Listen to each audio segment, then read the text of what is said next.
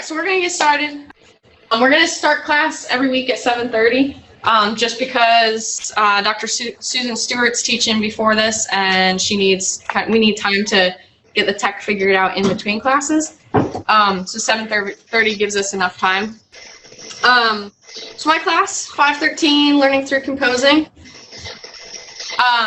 For all of you that are zooming in, if you could mute your sound until, of course, you want to speak, go ahead and turn it on. But that will, I think, lessen some background noise. And if for some reason we can't hear you, just go ahead and try and wave at us because we can see you. So if you give big dramatic motions, we should be able to figure things out. Okay? So today is going to be the most class that I talk at you. Hopefully we'll have some discussion, but I'm going to give you a lot of information today, so it'll be the most time that I talk at you. Okay. I'm Dr. Jessica Pauschek. You can call me Jess. That's fine. That's me.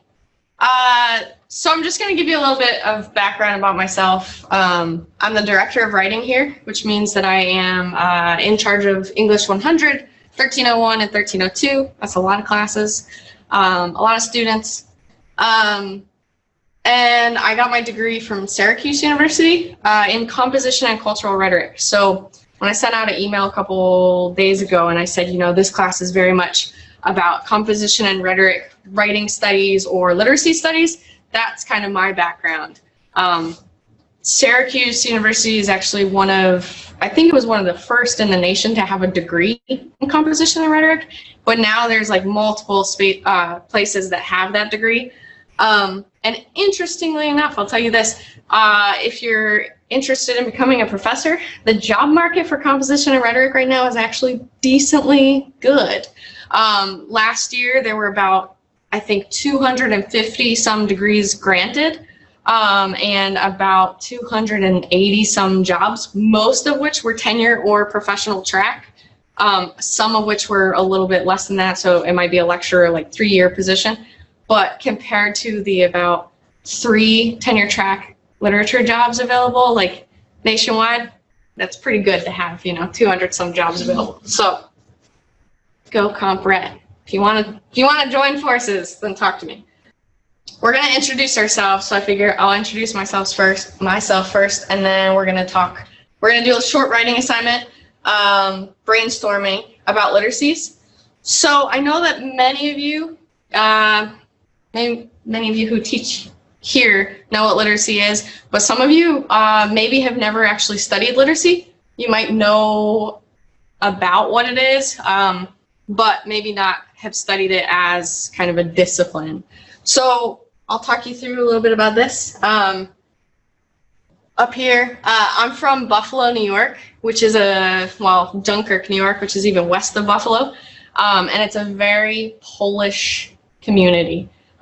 So the buffalo here and the Polish flag colors are really important to me. I have some Polish language here. Because my family speaks some Polish. These pictures, the one on the bottom left and the top right, are kind of old industrial spaces that I grew up with around me. This one on the bottom is Niagara Mohawk. It literally fueled the economy in my hometown, and now it was for coal, and now it's gone under. And then up here was an old steel plant where my grandparents used to work. It was a big steel community, so I'm very much from Rust Belt area of New York. Down here, my grandparents. And to the right, that's kind of the church that I went to growing up, called St. Hyacinth's Church. And then this is just a stock image, but actually this image in the middle is very representative of what my father's hands looks like. He is a printer, so every day he comes home and his hands are dirty like that. The ink has seeped into his hands. When I was a child growing up, my friends used to ask me hey, why are your hands dirty? Why are your dad's hands dirty? And I never really understood that, other parents didn't work the jobs like my dad did until they pointed out his hands. So I'm telling you all of this because all of these things, my heritage, kind of background, with my grandparents, workspaces, physical spaces I've been to, geographic spaces, and languages all inform how I understand literacy. All right, and so we're going to talk about that a lot in this class, is how your backgrounds shape how you understand literacy, your literacy skills, and then how you teach literacy going forward.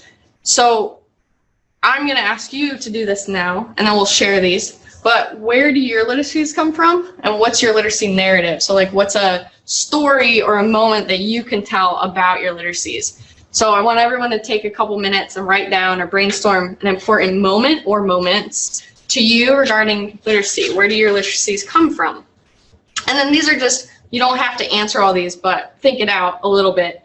How would you describe your story? Who's part of it? What is being said, or what are you looking at? Where are you? Like, so physically, geographically, where are you? What are you doing? What pieces of your identity, whether it's your class, your race, your gender, religion, education, come into play with this story? And then for online students who are not Zooming in, but maybe watching this video tomorrow, I want you to actually post these in the introduction discussion forum. But for all the rest of us, we're going to share these right now. Okay? So take a couple minutes and give you 2-3 minutes to think something out before we talk about it. All right, go ahead and wrap up what you're thinking about. And we're just gonna go ahead and introduce ourselves. So this is how I want you to introduce yourself. So tell us your name and anything that you want us to know about you. We're gonna spend a lot of time together, so try and tell us something about yourselves. And then maybe what you do. Are you a grad student? Do you also teach high school? Do you coach? You know, something about yourself. And then give us your kind of literacy moment or narrative. Okay? Who wants to start us off? Okay. I'm Brian McShane. I'm in the doctoral program. I teach 1301, 1302 here. I have taught and still teach literature on the side. What else did you want to say before we do this? Yeah. Okay. With respect to literacy, when I was a kid in elementary school, bedtime meant go in your room and shut the door. We didn't have computers, TVs, smartphones didn't exist. So the expectation was you were asleep if you went at 9 o'clock and shut the door. I was awake all night reading every book we had in our house. My older sister's entire collection of Goosebumps. I probably read most of the Babysitter's Club books because I had read everything we had, and we weren't acquiring them at the rate I was going through them. So I was up half the night. I had a picture book of spiders I had no business owning that scarred me for life. Then on and on and on. So I go to school every morning with bags under my eyes like a raccoon.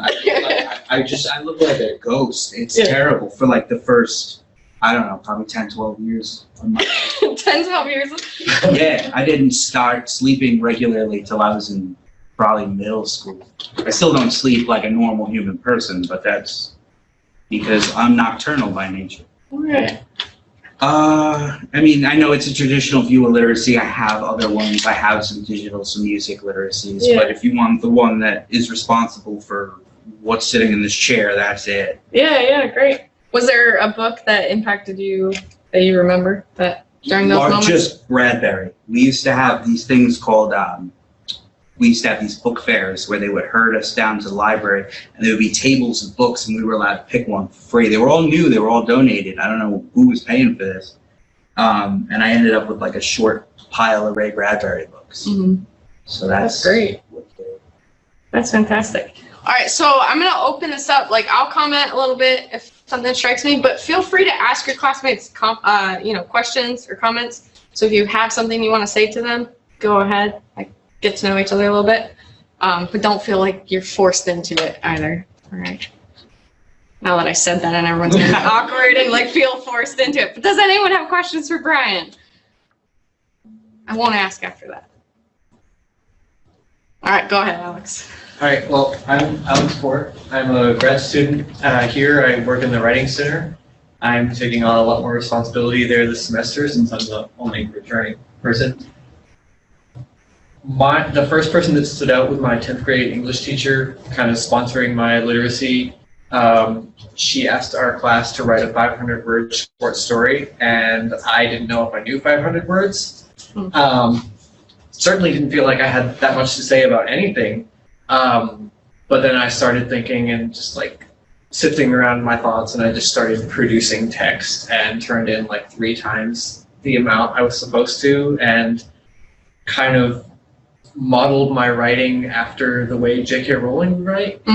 Not necessarily the content, but like, oh, in this sentence, she puts a comma here and does this, and I was like teaching myself how to write that way. Yeah, from modeling. I also want to mention that I kind of picked up some of my dad's like rural phrases. Like, does anybody know what a frog washer is?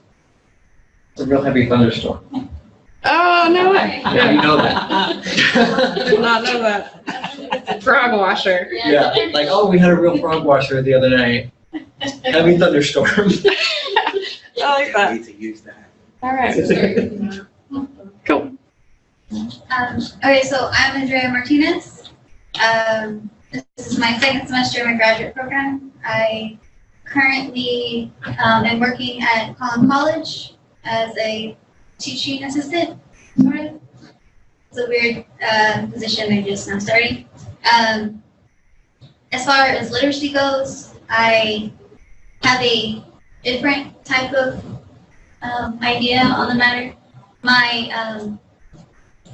Before I preface that, I do want to let y'all know I'm a 1st-generation college student, and I wanted to let y'all know that because my father doesn't know how to read or write, and that kind of changes my idea of literacy. So being literate in my family is kind of knowing how to do something and knowing how to do something well. So knowing how to do something well at work is being able to do something organized or being able to do something that's sufficient. Reading and writing was only something I knew how to do well in school. My sister's successful at work. I'm successful at school. My brother's kind of struggling. As far as like how I describe my literacy, it has to do with my family. It has to do where I'm from.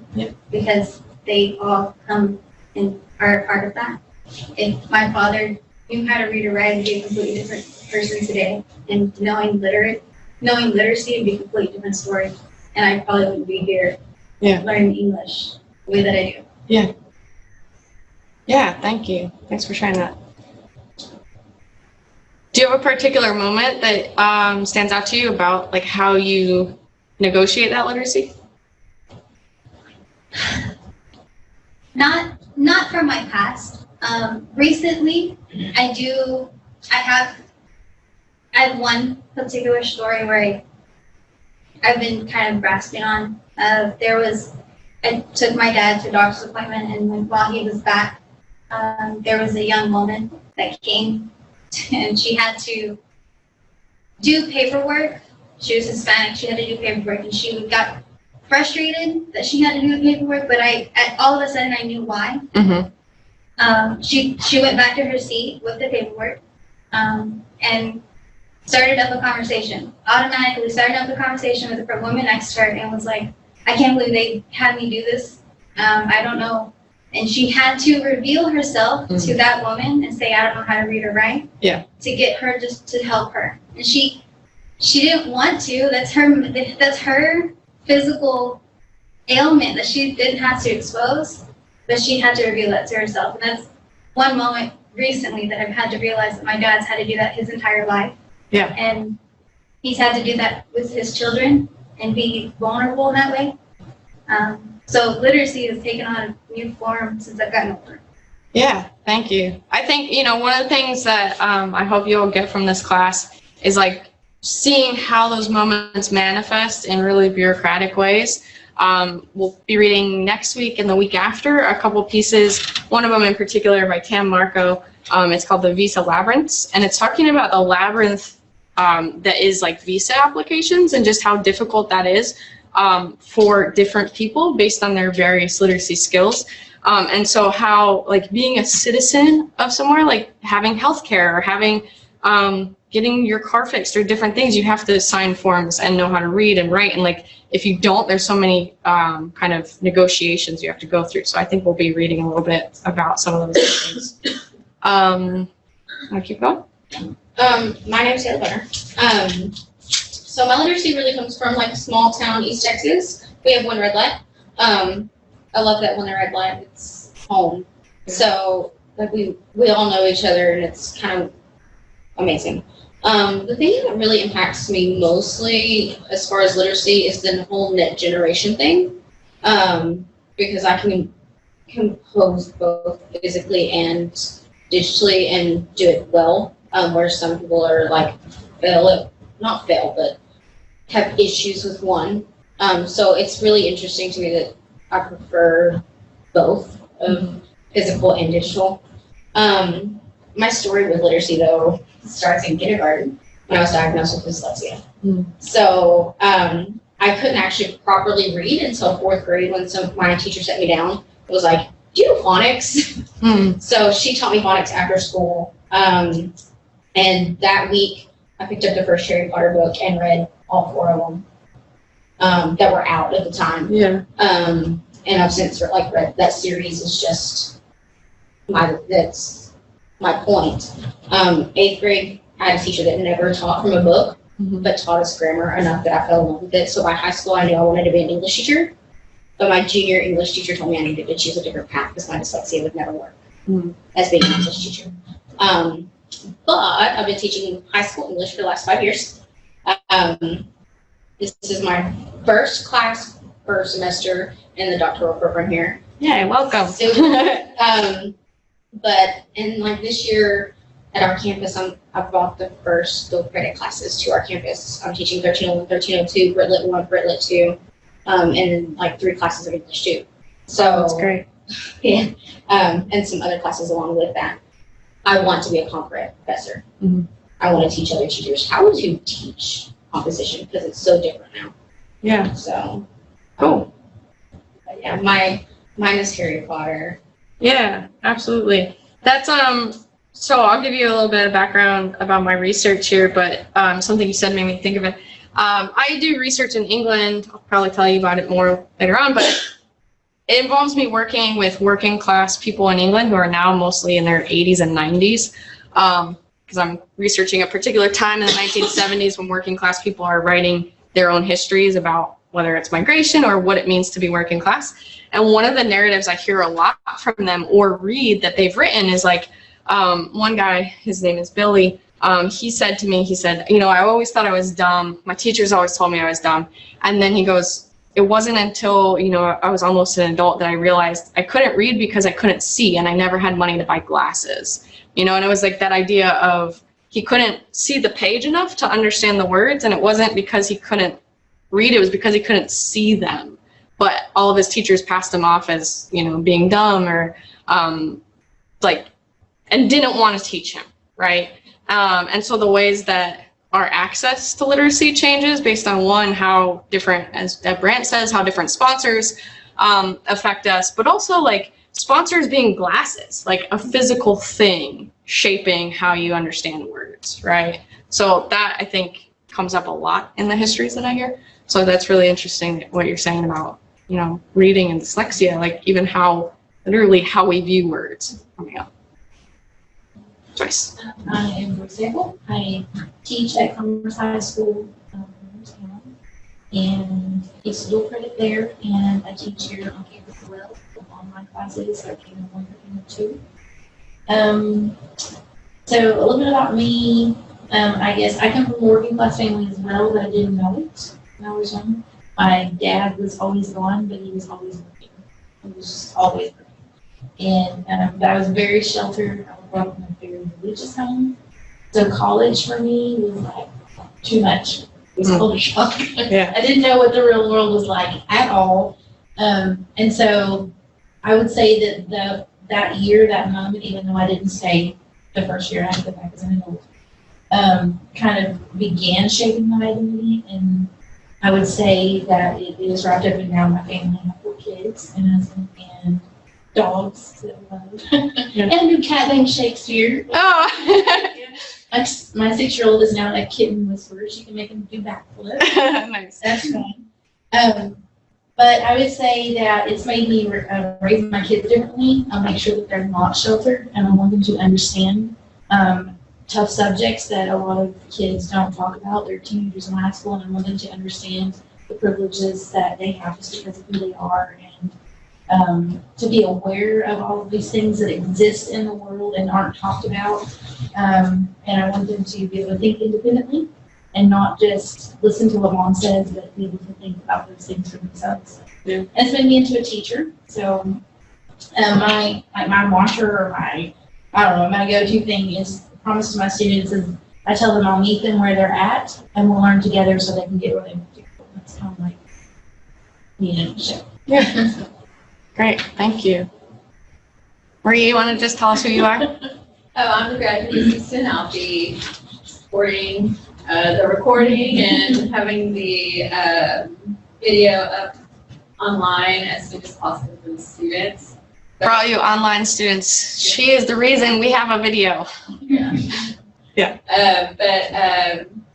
I remember my earliest form was my mom. She wasn't a big reader, but she loved to buy these Daniel Steele books. And for those of you who don't know, those are romance books. Yep. And I remember as early as 4th or 5th grade picking up those novels and just reading them all the time. I don't even think she knew half the stuff that I read about through middle school, high school.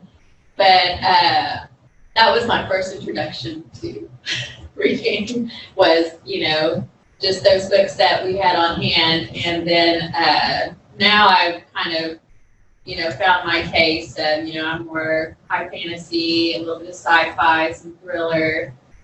And I really veer away from the romance novels now. It's just like, oh, it's trashy. I'm grown from my 4th grade. Yeah, definitely. But Great, thank it's going to you. be an interesting course. Oh yeah, thanks. Well, you have to be here, but it's good.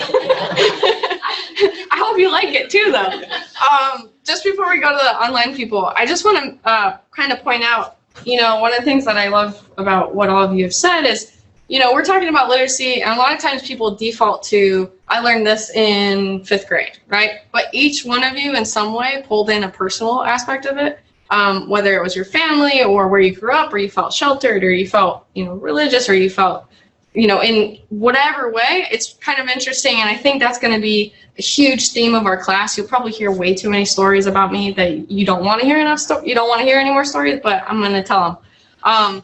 And you'll probably notice that in a lot of the pieces we read, is some of them might be more personal than traditional academic work you've read. So composition and rhetoric as a field, often people kind of joke about it that it's just like, it's about storytelling. But that is, like, people tell stories about language and about writing and about literacy, and that's a viable method. And we'll kind of talk about how you can use storytelling as a method of writing later on in the class. But so I want to open it up to anyone zooming in. Go ahead and tell us about yourself. My name is Tamara George. This is my 3rd semester at AMU, working towards my master's in English. I actually started this pathway in the dual credit cohort program for Dallas ISD. I have a master's in education already. I'm a mom of 4. I teach English at North South High School full-time, English 1 for the early college high school students. Let's see. I'm a grandmother as of February, and I'm due to have another grandbaby in January. If you see me keep rubbing my hair, it's because I walked into a spider web on the way to the chicken coop, so I'm sorry for that. I keep feeling, I know there's not something there, but I keep feeling it, so I just had to explain. My earliest memory of language and literature is when I was a little girl, and I would sit on my dad's knee on Sunday mornings while my mom was getting ready for church, and there I am in my church dress, and I'm not supposed to get messy, but I was a hyperactive ADHD child. And so the only way they could keep me clean for church was to sit on his knee and read the comic strips. And so he would read, and point to the words, and then he would talk about what was going on in the pictures. And so he wasn't just reading, he was making about, like, how did the picture match the words and what was going on. And I remember he would even, like, what's going to happen next? What do you think is going to happen? Why do you think they did that? So he would ask those questions. But the funny thing was, he's not a very educated man himself in the sense of academic education, but he is a very smart man. My grandparents would do that too. Not so much my grandmothers, but my grandfathers, just sitting on their knee and reading. And part of it, they started making me read because I had a horrible speech impediment and I couldn't say my R's. And so that was an activity I had to read to them every night, a book filled with horrible R's and W's. And oh my gosh, it was but it worked. My favorite book growing up was the C.S. Lewis Chronicles of Narnia, and I read that, and I reread it, and I reread it. And now I tend to go towards that action adventure. So David Baldacci is my favorite when I want a pleasure read that I don't have to think about, which right now in grad school, I don't get to do that. You don't read for fun? There's no time, not with, because I teach English one, so that's an EOC tested subject. I don't have spare time, and whatever spare time I do have is taking care of the chickens and doing housework and then reading for grad school. There's not much time. I can imagine that's the case for many, many of you, if not all of you. So. Great, thank you very much. Someone else online? I'll jump in. Can you see me? Yes. Okay. So the sun went down while everybody's been talking, and now I look weird. I know. I can see I look blue kind of on your screen. So kind of like what others of y'all have said already, I actually grew up with a mom who wrote poetry and a grandfather who wrote poetry. So a lot of family events were spent kind of reading their poetry to friends and family, and and they're both graduates of this school too, from like 100 years ago. So it kind of in me like kind of like a sort of rhythm and rhyme pattern, to where when I did go to school, language classes, I kind of was looking around thinking, why are we learning this? Because it was second nature almost. So it's kind of cheating, it felt like cheating almost to be there. But my dad grew up in rural East Texas and wasn't academic at all. So I watched him struggle to feel like kind of he was good enough to hang out with the crowd on my mom's side of the family, because they were all really academic and everything. So that was interesting. But something really, I don't like fiction, so I don't read for fun either. But I like you, Tamara. My favorite fiction book is probably Screwtape Letters by C.S. Lewis, but it's short, So I actually would really rather read an encyclopedia, and seriously, than fiction, and I don't know why that is, or a biography or something. And as far as adulthood, I've been studying the Bible since I was in junior high, so that's in book club. If you have other people that are studying the Bible, always something to talk about. But I've been an adjunct professor for Navarro College and done dual credit and night classes and taught those. But right now I am an editor for a publishing company and not teaching. I'm married. I have 4 kids. They're actually all in college. 2 are at Sam Houston, and 2 are dual credit high school, but they do it like homeschool wise. So they're basically just like, they go to college, at 16 and 14. So we have 5 people in the family buying books for classes right now, which is awesome. Anyway, I'm really looking forward to this class because I love grammar. I love composition. I always say that I like the math parts of English better than the emotional sides, I need to get better about fiction, but I'm kind of, my brain runs away from it. I don't know why. Anyway, looking forward to this though. Great, thank you. I just realized I can't tell if I'm actually looking at you all or if my back's turned to you, but I'm looking at you in one screen, but I can't tell if you're looking at them. Yeah. We are at them. Okay, so I'm not turning my back to anyone, right? We are. Okay. Because Yeah. that's the camera right Okay. Great. Okay. Next up, online people. Hello. Someone just joined us. Hey, I'm Jennifer. I don't know that anybody can hear me. It looks like I'm on video though, so that's good. Yeah. Great. I'm a grad student. I write a little bit of web copy. So this is a really interesting class for me because I have to think about an audience that's pretty broad. So I'm interested in kind of learning what I can here. Some of my early literacy thoughts were when I was a kid, I had trouble reading, and I remember thinking that I would never be able to read. And that was terrifying because my parents read a lot and our house was always filled with books. And so I did manage to figure it out, and I think I'm pretty okay at it now, so that's good.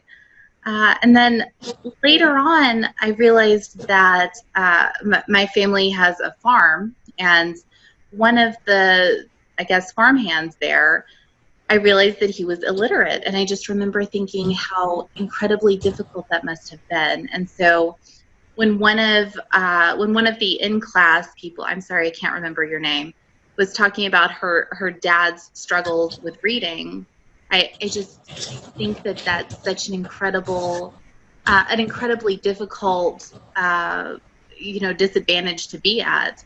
And, especially today when people write more than they ever have, and you have to read more than you probably ever have. So, that's just kind of my thoughts on it. And I'm here. It's good to meet you guys. Yeah. Thank you. Thank you.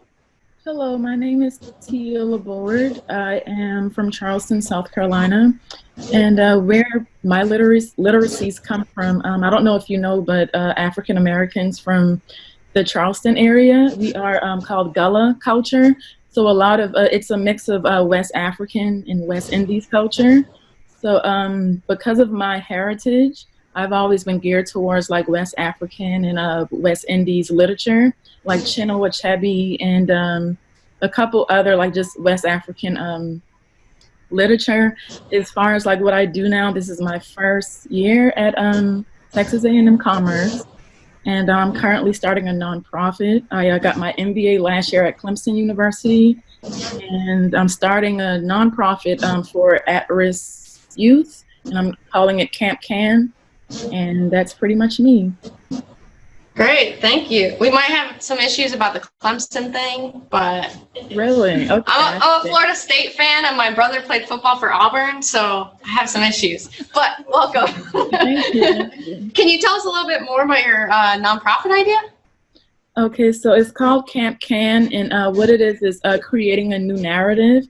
And what I'm getting in store as of now, what I want to do is I want to work with at-risk teenagers as far as them getting geared to go into higher education. So like what it would consist of is just inspiring them and taking them on college tours.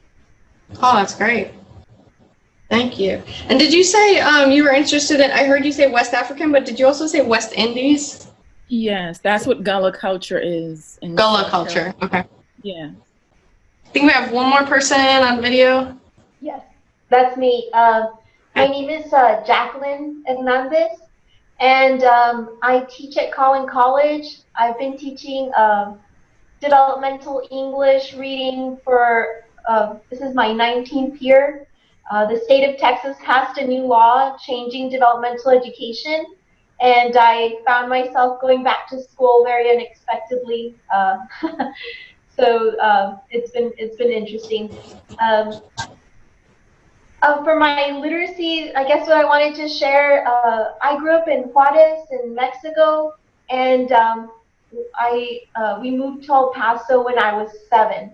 And so I needed to learn English, and my mom would let me pick out 2 books from the library every day, and I thought that was pretty special. And we would read them together, and she would read one page, and I would read one page, and you don't know my mother, but she's quite critical. She would correct me till I got it right. So she was very effective, but I did learn to love reading from that, and I guess so. My dad also reminded me recently that he tells everyone that I learned to read from comic books, and I had forgotten that. But in Mexico, books are not as easily available, and so you buy every week the new comic book in the corner of the street. And so I started to remember that, yes, in fact, they would read to me those comic books. I guess those were my first books. Great, thank you very much. And I think we have one more person who just came in. Hi, I'm Richard Boyson. I teach AP English Literature at Sunset High School in Dallas, and I'm part of the cohort that's going for dual credit certification. I've taught for, this will be a 6th year at Sunset. I also coach cross country and baseball. So just something else to do in my spare time. Yeah. I guess I've never remembered a time when I couldn't read, but I guess the first reading I remember doing was from a collection of Peanuts comics when I was little. Yeah. And then I would go visit my great aunt who lived up in Denison near the state line. Not a lot to do, but she had stacks of National Geographic and Reader's Digest in her closet. When she passed away, she had something like 35 years of National Geographic in her closet that no one would take because nobody wanted it anymore. But always enjoyed reading and enjoyed teaching students how to get the most out of literature. Great, thank you. Is there anyone else listening in but maybe not videoing? That would be me. The voice from above. Yes, tell us who you are, please. The voice is Andrew Salceda. No, Thank you, Andrew. You're welcome. It's been a pleasure listening to everybody's stories, and thank you, everybody, for sharing. It's kind of interesting coming into this class and hearing everybody talk about where they've come from and the fact that the majority of people are either teaching English or have something to do with English. And my initial degree was in English, but then ended up branching out into something else, and then got a second degree in sound engineering. And then that took me down a different path. And now I currently work for Google's self-driving car company, Waymo. So I don't really have any connection to teaching, but that's where I want to end up. And it's something that I've wanted to do ever since I was in high school, but never really found the opportunity. And now that I have some time and capability to take, I guess, my future into my own hands, this is now my starting pathway. And so this is my first year as a grad student. And I think as far as my literacy goes, I would say that some of my earliest memories with reading and being read to have to do with my father. My parents divorced when I was a very early age, at about 3. And so I never really had very much time with my father. And I lived with my mother down in Brownsville, Texas, which is a very, very small city. Everybody knows everybody, or you know somebody who knows the person who knows you. And with my father, he lived overseas, started off in the Mariana Islands and then moved to China. He's also Hispanic. So it was kind of an interesting change being able to start to interact with him when I was at the age of 7. And I started traveling every summer to go visit him in Saipan and Guam. I worked for a company out there, and reading kind of became this newfound passion for me when he started to read to me. And the first book he read to me was Michael Crichton's Jurassic Park. And that was kind of the book that started my desire to read and learn and figure things out about the world. And of course, traveling to an area that was completely remote and away from South Texas kind of made me want to learn everything that I could about the world around me. And then eventually I moved to Hong Kong and the Philippines, lived there for about a year, and have been traveling around the world ever since. And so I've kind of got this like duality going on with my life, attached to race and then my Hispanic heritage, and as well as my education, because I'm the first individual in my family to get into higher education. So yeah, that's kind of a little bit about me. Thank you. Is there anyone else? Anyone else in the room that we don't know? Cool. All right, so I'm just going to talk a couple minutes about what I heard going on because I think it gives us kind of an opening to class. I know we took a long time on that, but I think because we're going to be in here so much together, it's good to know each other. And like I said, a lot of these stories are going to come out and be personal. And so I think it's good to kind of have that sense of each other. Just to go back to, I thought it was interesting how so many of you pointed out to like a physical location or a geographic location, even that moving between spaces, as well as like different languages, right? I think it was Jacqueline who said, you know, learning comics coming from Juarez to El Paso and like thinking about that geographic shifting, but also like the language shifting, the linguistic shifting, and then how that shaped her reading, right? One of the things I'll say, and I have up on here, is some Polish that really shaped my life because my grandmother, anytime she was a very religious, she passed away last year though, she was very religious, and every time she would leave the house, she would come back in and she would open the door and she would say this phrase that says, "Niech będzie pochwalony Jezus Chrystus."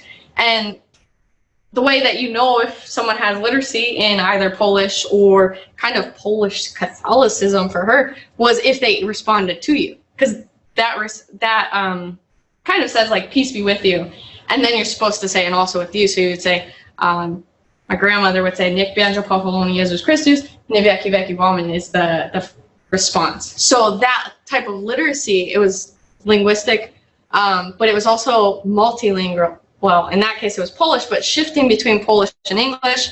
It was also very much kind of when she was leaving the house. So my understanding of when I learned that phrase, I was kind of putting it together. Well, when do you use it? Where do you use it? Who uses that phrase? And so I think a lot of you talked about that, of like figuring out when you say certain things and who you're with. So think about that as this class is going on today, of like when you know to use certain phrases. James Paul G kind of talks about audience and how writing is shaped based on who you want to write to or who you're writing for. So kind of think about those things. I also thought it was interesting how a lot of you talked about your background, whether it was first generation or if you said working class, or if you talked about the types of work that you do. Or someone in your family did, or people around you. I think that will come up a lot in this class. My specialty in composition and rhetoric is actually, I'm interested in working class studies. The reason class is going to be online next week is because on Sunday I leave for London, England, to go to the Working Class Studies Association conference, which is really amazing for me. One, because working class studies is that's my jam.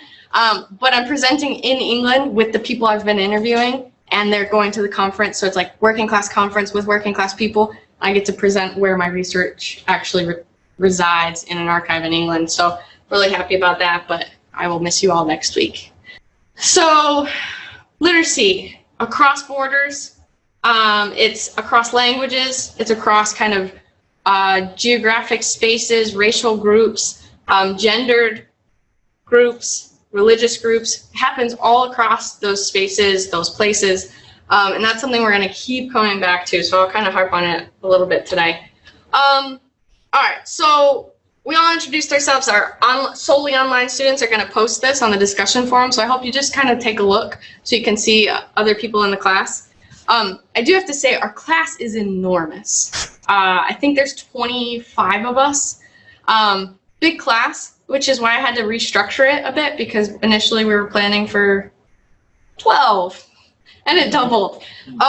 So I appreciate it if you just kind of bear with me on the assignments as I explain them a little bit later today. But I have this graphic here. So what does it mean to compose?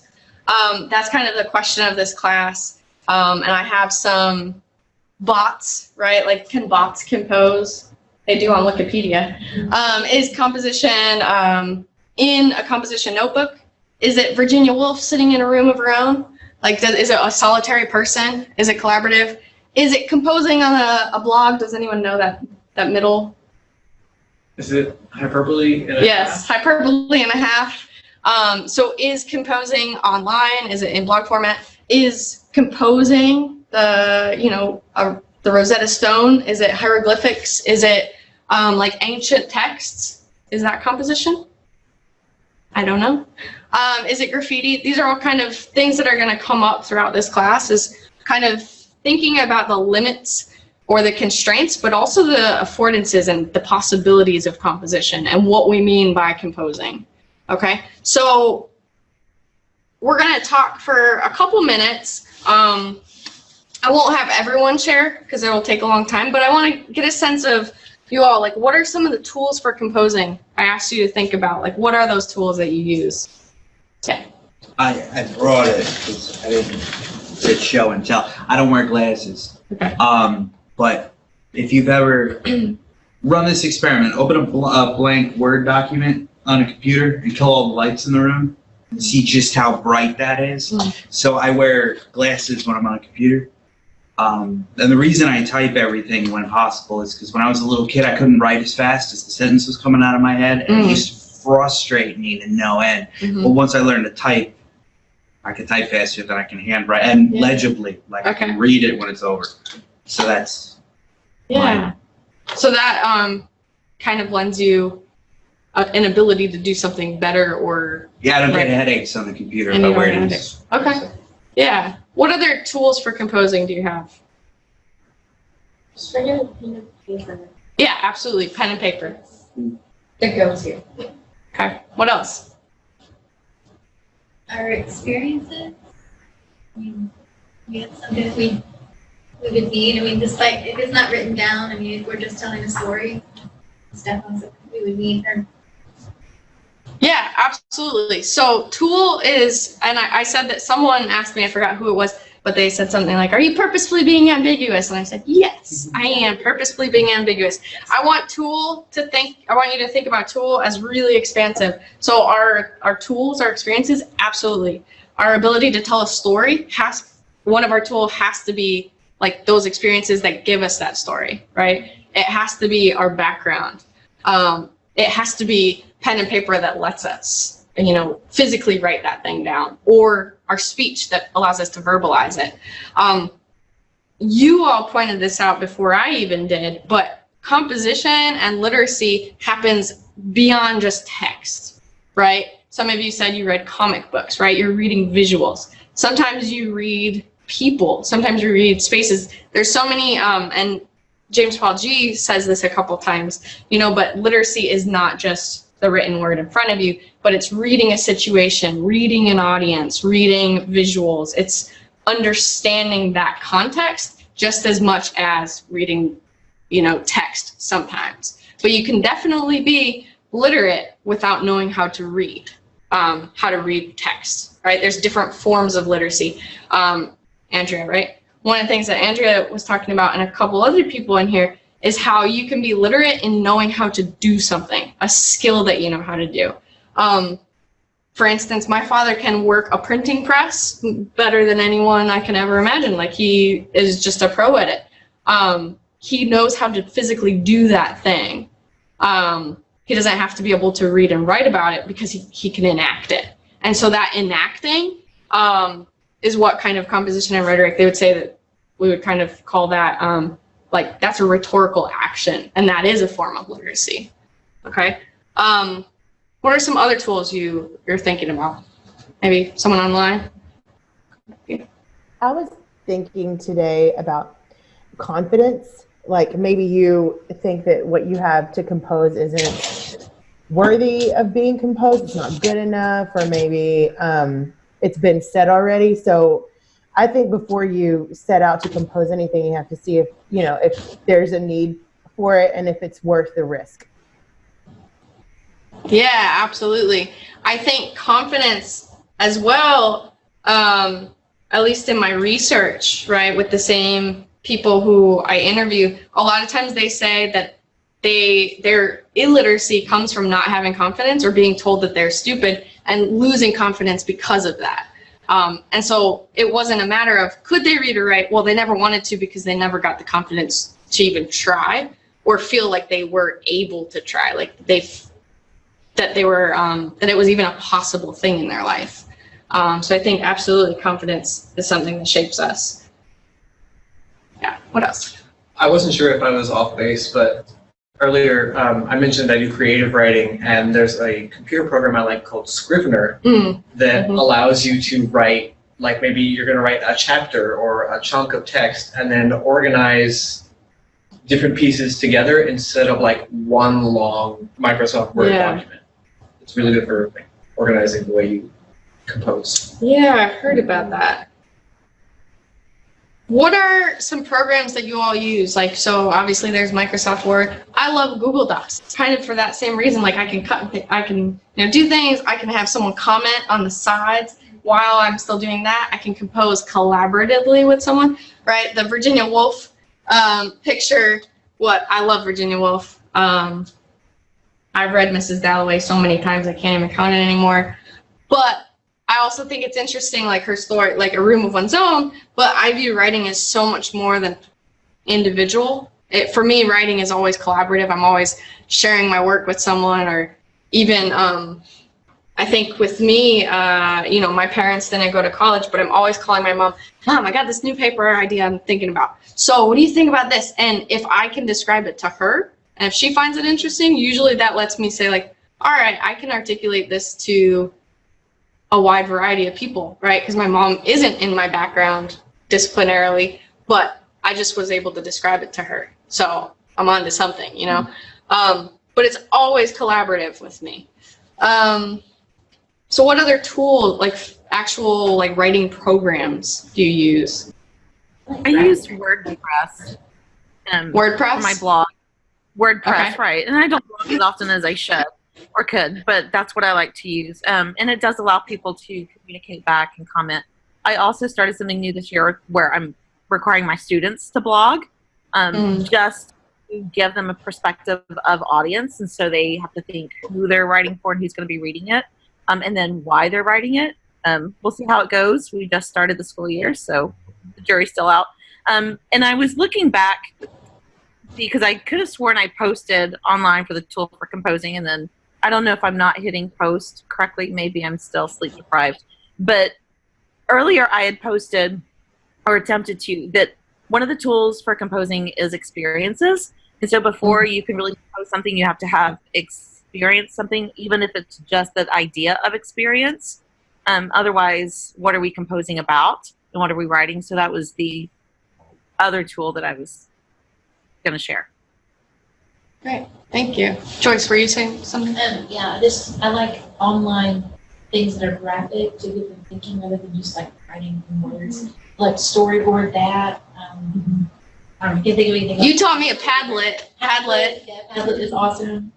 You use storyboard that? Storyboard. I can use that. Yeah, it's just graphics, and I have my students write the story for the graphic. Yeah. So it's somebody else is giving them the story. They just have to figure out what they're saying. In storyboard that, they create a comic. Like it looks like a comic. With the background of the people, and you move them around and change their hair color. Yeah. One of the things I'll show you in a little bit when I talk about the article presentation is that I want you to, people who have been in my class, I know they're probably sick of this, but I like it. But you're going to kind of visualize it in a different way. And there's things called like Powtoon where you kind of create a graphic. There's things like Padlet. And so we're going to kind of experiment a little bit with composition tools, because I think because many of us in this room are teachers or are interested in teaching, I think it's good to kind of explore like what are the ways that students could interact with text that goes beyond, pen and paper. Like it's good to have a, a little goodie bag full of ideas. Is there anyone else that wants to share? I was kind of thinking about something that Tamara and Jennifer both mentioned about experiences and how that's a tool, but it's also a hindrance in a lot of ways. And I kind of see it with my daughter that, and this is just in elementary school, that once a child is labeled in a certain way, after that, they sort of begin to adhere to whatever that label is. and so if it's, I have trouble with reading or I have trouble with writing, they live up to that expectation. And so that's just something, that your experiences are useful, but they're also kind of harmful too. So Yeah. Tia, I'll come back to the people who want to talk. I just want to bring up, so this idea of like a tool being, positive, negative, and everything in between. This is a quote from Deborah Brandt's article. I'll go ahead and read it for you. It says, "This essay does not presume to overcome the analytical failure completely, but it does offer a conceptual approach that begins to connect literacy as an individual development to literacy as an economic development. At least that the two have played out over the last 90 years. And this is, this is what I'm thinking about when you're talking about tools and experiences as being positive and negative. She says, the approach is through what I call sponsors of literacy. Sponsors, as I have come to think of them, are any agents, local or distant, concrete or abstract, who enable, support, teach, model, as well as recruit, regulate, suppress, or withhold literacy, and gain advantage by it in some way. Just as the ages of radio and television accustom us to having programs brought to us by various commercial sponsors, it's useful to think about who or what underwrites occasions of literacy learning and use. Although the interests of the sponsor and the sponsored do not have to converge, and in fact may conflict, sponsors nevertheless set the terms for access to literacy and wield powerful incentives for compliance and loyalty. Sponsors are a tangible reminder that literacy learning throughout history has always required permission, sanction, assistance, coercion, or at minimum, contact with existing trade routes. Sponsors are delivery systems for the economies of literacy, the means by which these forces present themselves to and through individual learners. They also represent the causes into which people's literacy usually gets recruited. That's a really powerful paragraph. There's a lot in that. We could unpack it this entire class. But I think it's getting to what, Jennifer, right? What you were just saying about this idea that tools and experiences, it's not one thing. It's not just good or bad, but it can be complex. It can be both and.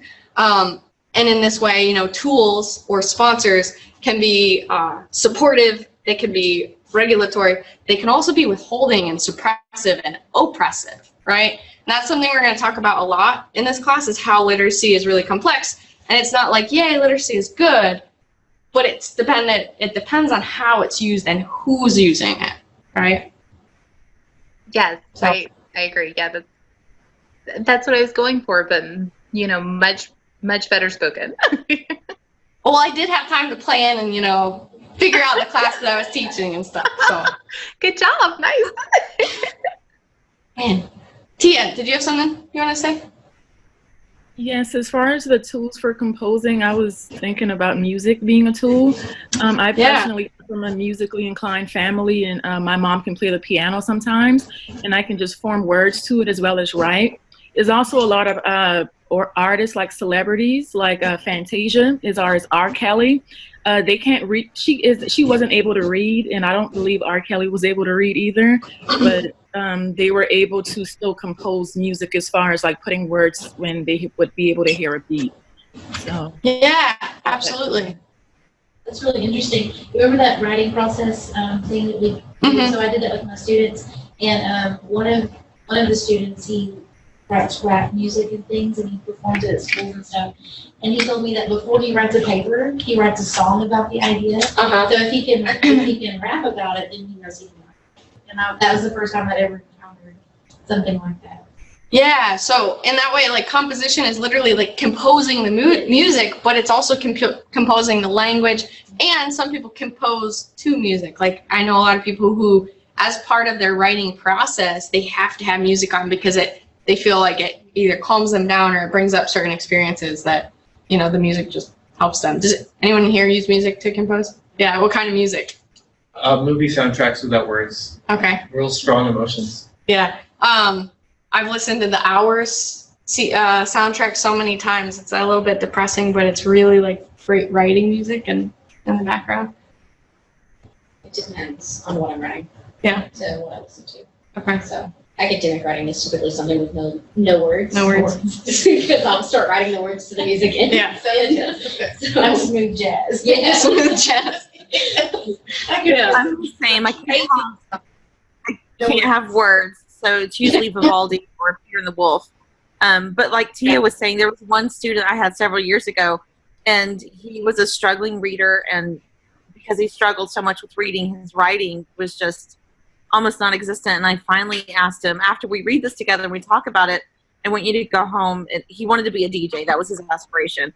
And he had music equipment. And I said, just go home and rap something about it. And he came back with just a whole CD filled with his thoughts about what we had read and discussed. And it was the first time he had ever felt like he had ever written anything.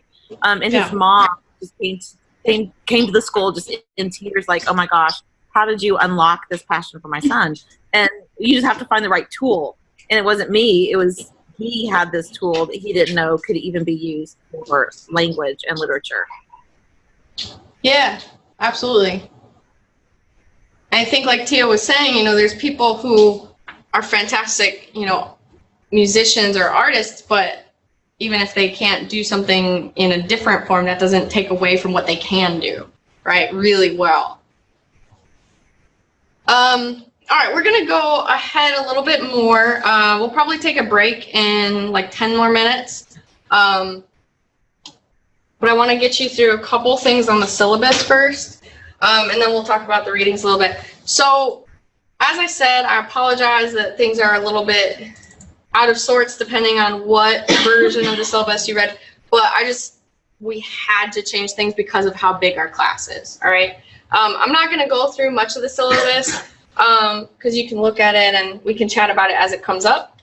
But I will read the course description for us. So this is what I wrote, the roots of composition and rhetoric as a field are widely discussed, often allowing scholars to see remnants of rhetoric in ancient Greece, rhetorical stylings of Socrates, Plato, and Aristotle. You might want to know that most of their teachers was a woman named Aspasia. Other scholars often remark that the much more recent 1966 Dartmouth Conference as a key moment in the formation of the discipline. And so when I say the discipline, I mean composition and rhetoric, or what's often called as writing studies and literacy studies. There's intricacies for all of them, but for this class, we'll kind of use them as interchangeable because people will use them as different, as kind of interchangeable. It also might be ret comp or comp ret, okay? However, language, composition, rhetoric, and literacy extend well beyond these spaces. More recently, scholars have begun discussing how knowledge formed and composing happened sorry, there's a lot of typos in this, I'm not sure why. How knowledge formed and composing happened beyond the typical westernized view of composition. This course begins from the premise that composing and knowledge making happen across languages. So a lot of us already talked about that. National borders. We will think, this is I think a earlier version of the syllabus. In this course, we will think through the following question. What does it mean to compose in a globalized world? What does composition look like? How is our understanding of composition, of knowledge, and of literacy influenced by composing within a globalized, transnational, and geopolitical environment? How does knowledge transform under these circumstances? What are the affordances and limitations of composition in a global world? How is knowledge about composing impacted by perceptions of literacy from across the world? So those are a couple questions we're going to think about in the class. Learning outcomes, grading policy. I'll go over that if you want, but just going to move forward with the assignments. I am going to check because I absolutely have changed those errors on one of the documents that I have. So I want to make sure that you have the newest form, but I'll check that today. But in terms of your assignments, we're going to do pretty much the same thing, whether you're online or in class, but there's a couple intricacies I wanted to talk about. So for the face-to-face students, you're actually going to facilitate a discussion one day. You don't have to do the full 2+ hour class, but you're going to be in charge for facilitating a little bit and participation. everyone is going to be doing an article and making connections presentation. If you're online or if you're watching the class, or if you don't Zoom in that week, you can just post it online. But if you're in class, you'll actually do it, come up in front of the class and do that. And so this is what I was talking about. You will present a reading by creating some sort of visual along with an audio, video, digital, or written presentation. So basically, I want you to take an article and then visualize it somehow. Maybe it's create a graphic novel or like a graphic. Maybe it's using Padlet or Storyboard or Storybird or one of those things. Maybe it's creating a PowerPoint, whatever you want, but just visualize it in a different way, okay? So that we're not just reading that article. This might be an infographic, a Prezi, or more, but I want you to think of something, like if you've used PowerPoint over and over, don't do another PowerPoint. Actually try and experiment. What you need to produce is a visual representation of the article, a 4 to 5 sentence summary, so a short summary of the article that we're actually going to look at as a class and kind of generously critique. We're going to kind of talk about, well, what did they include? What do they need to include? Like how summary works. What keywords and themes emerge. So there, for instance, let's think about this. If you were doing a keyword kind of list of Deb Brandt's article, what would be keywords? Letter C. Literacy sponsors. Literacy sponsors. Probably composition rhetoric. Composition rhetoric. Communities practice, maybe. Maybe even printing press, because she starts out with that, like kind of technologies. But yeah, like what are the keywords that come up? 2 or 3 important quotations from the piece. And then when you do that, you can choose. You're either going to write a 3 to 4 page paper, double spaced, or you're going to do a 5 to 7 minute audio reflection. Now, yeah, so you get to choose one or the other. And this is where you summarize the article and make connections with our class and other articles from that week or from any week, okay?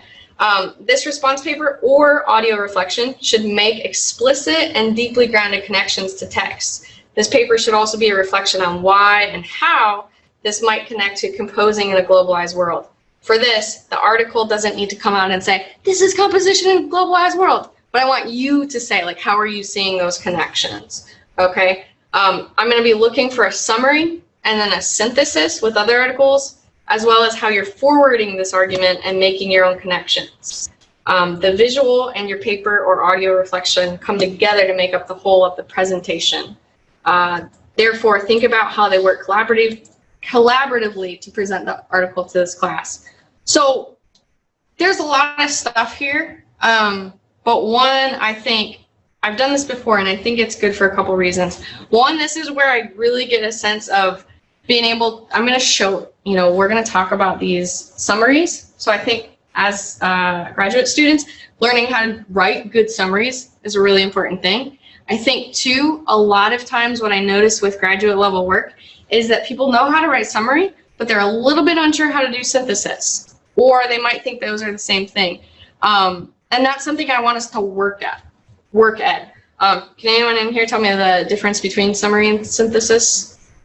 The summary is about what does the text say, and a synthesis would be what do these texts have in common, or how do they talk to each other, how do they contribute to the discipline?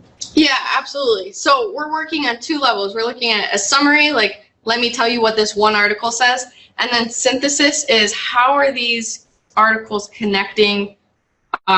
What are the overlaps? What are the limitations I see? What are the gaps? What are the connections? And you're kind of trying to integrate them and see, well, what do we notice from reading this group of 4 articles together?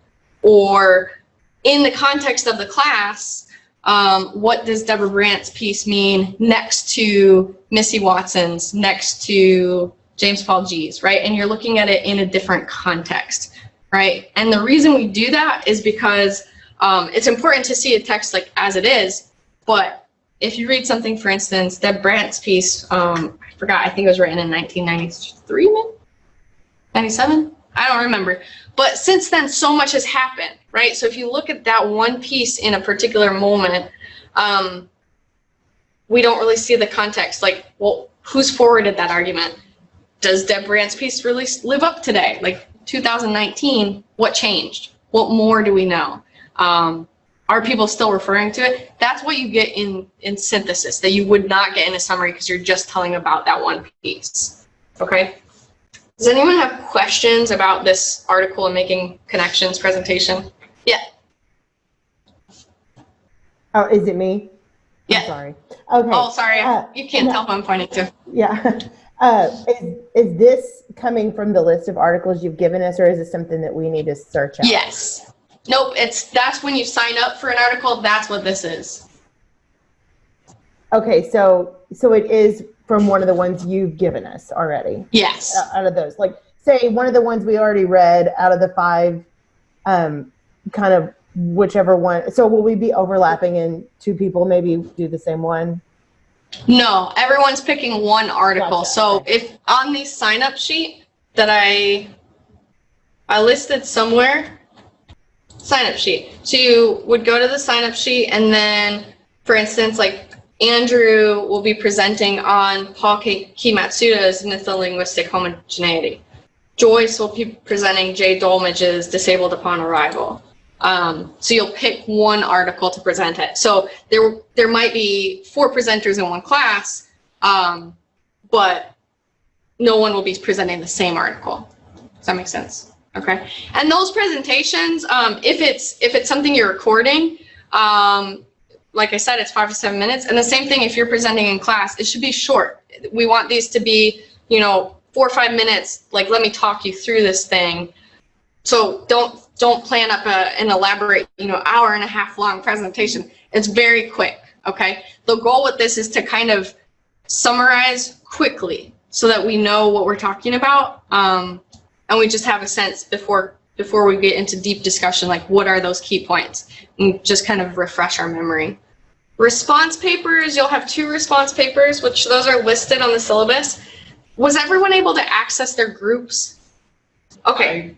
I actually got your email earlier, but there was nothing attached. Yeah, D2L is kind of strange. So let me know if you have any issues like that. But so what you'll do is you go to communication tools and you go to groups, and you should be able to click on, I'm not in a group, but you'll be able to click on, each group and see, like, are you in that one? It only shows you your group. It only shows you your group. Okay, so mine's a faculty view.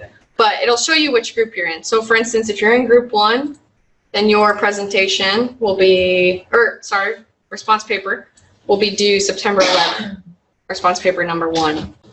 And then the last thing I'll say is you're signing up for either a symposium presentation or an exploration paper. And so this is either one of these, whichever one you choose, that's your final, okay?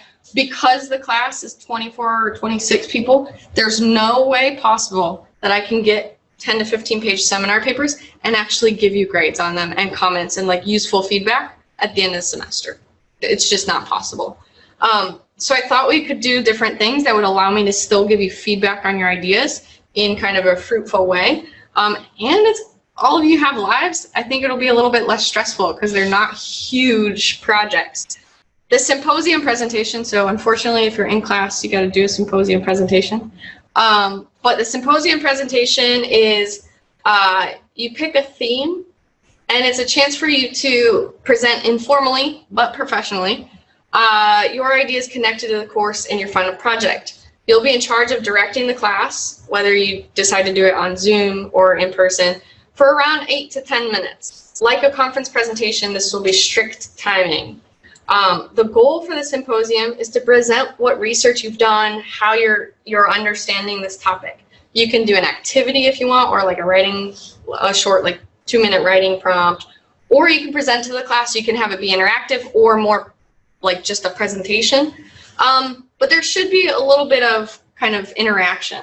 Symposium presenters also should develop a maximum 2-page single-spaced document that gives a very quick overview of the statement, the issue you're discussing, the exigence, so like why it matters, the contextual background, so who's the key players, who are the key sponsors, your research questions and your own position, as well as a bibliography.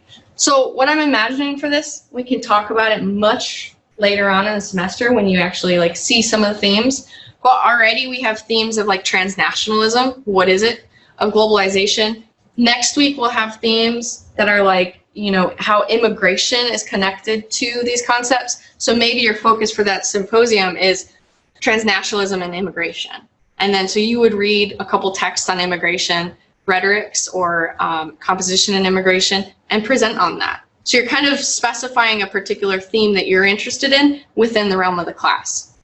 And then the exploration paper, if you choose not to do the symposium, your final project, so like the final thing you turn into me, is a theory of composing connected to globalization, and writing a 6 to 8 page double-spaced paper. It's basically the same thing as the symposium. You pick a topic or a theme connected to theories of composition, which is anything we do in this class, and you write an exploration paper. So you're doing some research on it. You're telling me what you notice. It's not an argument paper. All right, let me say that again. It is not an argument paper. You're not saying, I argue this. You're saying, here's what I notice. Here's the gaps I find. Here's what I'm curious about. So it's very much explorative. Is that a word? Exploratory. Is it explorative a word? Yeah. I don't know, but I'm making that a word now. Explorative. It's an exploration, okay? And then we are, whether you do the 2-page or the 6-page, we're gonna do a rough draft peer review in class. Doesn't have to be done, but you gotta bring something to class these days. Or turn them in online. So that's the basic premise of the assignments. They're all, as I hope you'll see, they're all to get us, I'm gonna use this word again, but exploring the topics.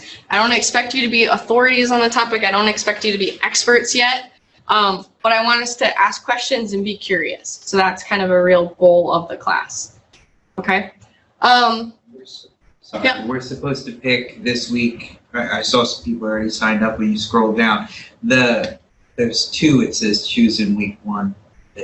Oh, you have to pick, prepare an activity of visualization. Oh, so that's just the presentation. Sorry, I called it a different thing. Oh, okay. I revised the syllabus so many times because the class, it was initially a face-to-face class, and then it didn't get posted online as that, so then it got posted as a web class. All of you signed up, and I said, how do I have 20-some people in my face-to-face class? Realized it was online. Then it went back to face-to-face, and then it got connected in dual modality. So I've had about 6 syllabi on the same class. So if you find any errors, just let me know and I'll clarify them. It's most likely just a merging of the multiple documents. There's probably some issues. So the activity and the visualization will be on the article. The article's listed, but not the one specifically tethered to somebody. No, this is actually choose which week you'll prepare, you'll present your article. That's all it is. It's the article. It's this. Okay. Any other questions? Actually, All right. I've got one. Yeah. I'm so sorry. The rough draft for the symposiums, is that supposed to be maybe like just a presentation of our idea, since we're not actually writing a paper per se? You're writing a 2-page single-space paper, but your rough draft can be whatever, whether it's like your brainstorming of the symposium, the talk, or it's really anything. I just want to make sure that that day we exchange some form of writing that goes to the final. That makes sense. Thank you. I think one of the things that I loved about my grad classes and hated in some was that I think as grad students, there's a lot of emphasis put on the readings, and then oftentimes graduate students get out of classes and they're like, I don't actually know how to write at the graduate level or what that looks like. So I want us to read a lot of each other's work and kind of talk through what does graduate level writing look like.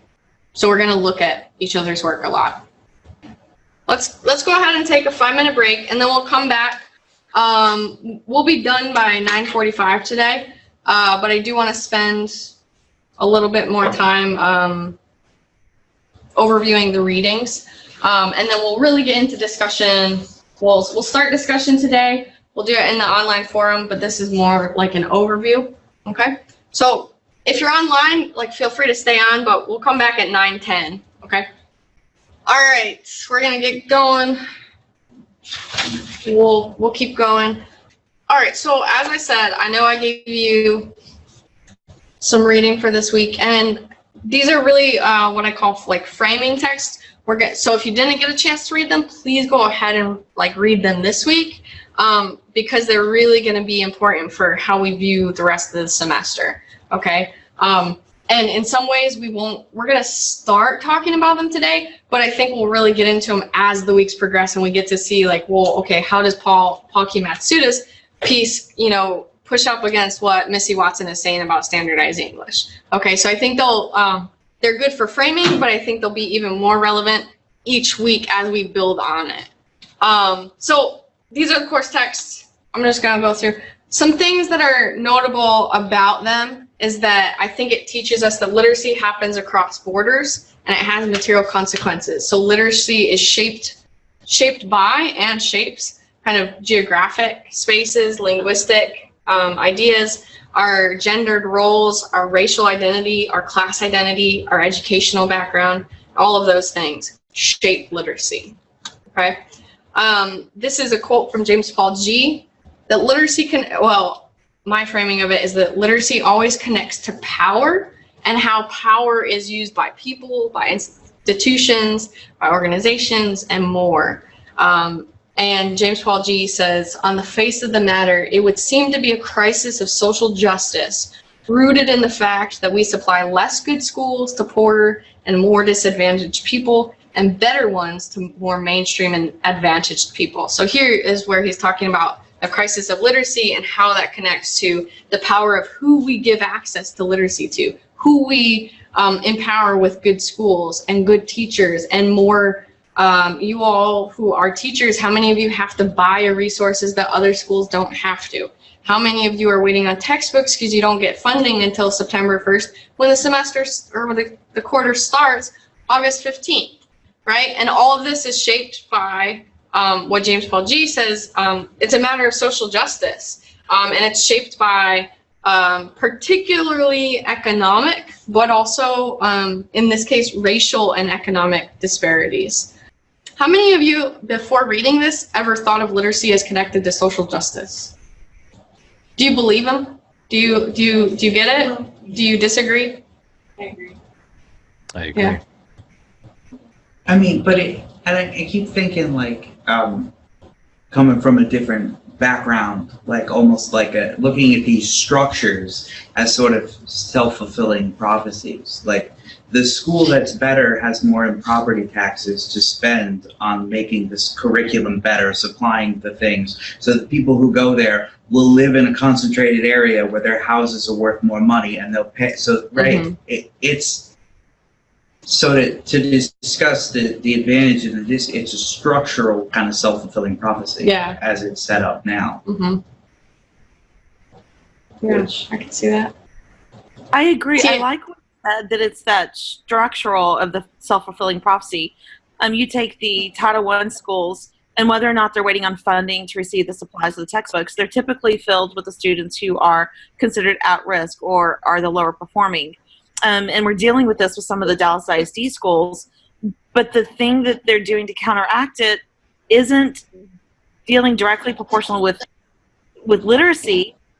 Take, for example, some of the struggles that we've been through with the Title I schools, where they're not trying to put books in the students' hands.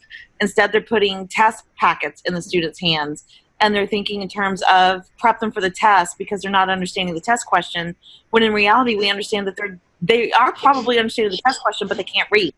And so instead of getting them to read more and putting books in their hands, they're saying, oh, well, these babies can't read, so why give them a book? And so it's kind of a backwards way of thinking. So I would have never thought about it as a social injustice issue, but you're completely, I get it. I agree. I agree too. I think that there's a class of society, and maybe it's less exaggerated in the United States, but when you think about it internationally, there's a class of people who are fundamentally unable to take part in the middle class or in middle class literacy or in, you know, generalized literacy as we're discussing here, because they just don't have any access to education or to healthcare. I mean, right, like those two things, if you can't do some basic reading or have, you know, a basic standard of healthcare, you can't participate in anything beyond whatever sort of muck you're born into. And so I think, I mean, I think that this very much speaks to that. I think the word access is going to come up a lot. Like, we're going to be constantly talking about who has access to what, and that how that shapes their levels of literacy, like what we have access to and what we're so for instance, even in this classroom, for instance, we have access to that you don't have to physically be here to participate in the class, right? But if you want to get in this door, you have to have a Texas A&M swipe card, or you have to have a key, or right? There's already permission to get in here, or you have to have access in certain ways. You have to have an ID card, or you have to have a student number, or you have to have a login to this computer. All of those things are credentials that I have. They give me access to something. They give me access to this room that allows us to do something dual modality, right? But that's access that someone else doesn't have, usually. Right? Or we have to at least acknowledge that not everyone has all those credentials.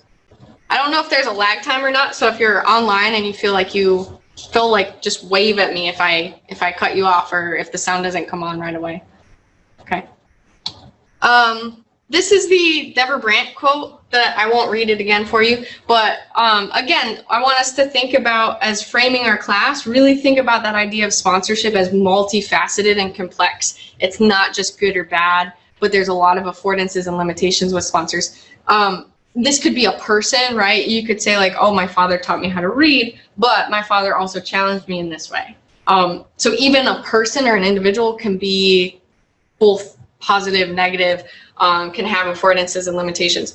But the thing I love about Grant as well is she's talking about sponsors being not just people, but also institutions, also, like it says here, agents, local or distant, concrete or abstract, right? And so you can have an abstract literacy sponsor, like glasses, that it's not, you know, living, but these glasses enable my literacy because it allows me to see words on a page, right? That I can't read if I don't have them. I can't see anything, actually.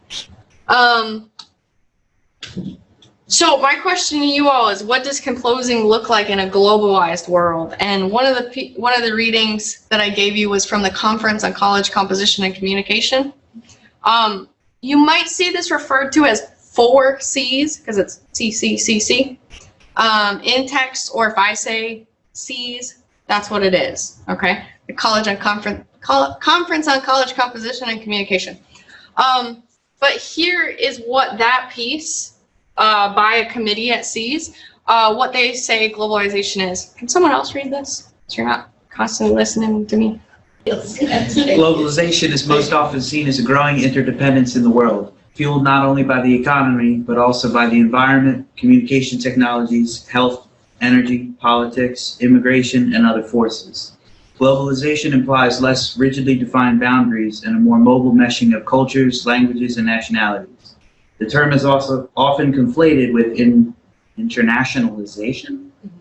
However, the root of globalization, global, implies a whole or universal experience which, for better or worse, minimizes the reality of borders and difference and their associated politics. Globalization influences higher education generally, and writing studies more specifically in many ways, including traditional roles of teaching, research, and service, as well as training, communication, recruiting, retention, assessment, and administration. Such influence may come from above, for example, as the result of institutional imperatives, or from below, for example, as the result of teachers or students raising and investigating questions that tie local issues with global trends. Thank you. So yeah, so globalization, it's really infused in higher education right now, but it's probably in your schools as well. I'll give you a couple examples of globalization here. We have a connection here at Texas A&M-Commerce. We have a connection with a South Korean school And so a lot of their students, come here, and specifically to Texas A&M-Commerce. And the idea is that, those students kind of get training in South Korea, and then they come here, they finish their degree, and then, they move all over. But that's one of the global programs kind of on campus. There's globalization everywhere around here. For instance, in 1302, which is research, I forgot what it's called, research writing, teaching research. Anyway, 1302, our second class, it actually has a global initiative. One of the student learning outcomes, the SLO for it, is can students recognize themselves as connected to a global world, or do they understand interdependence of a global world, something like that.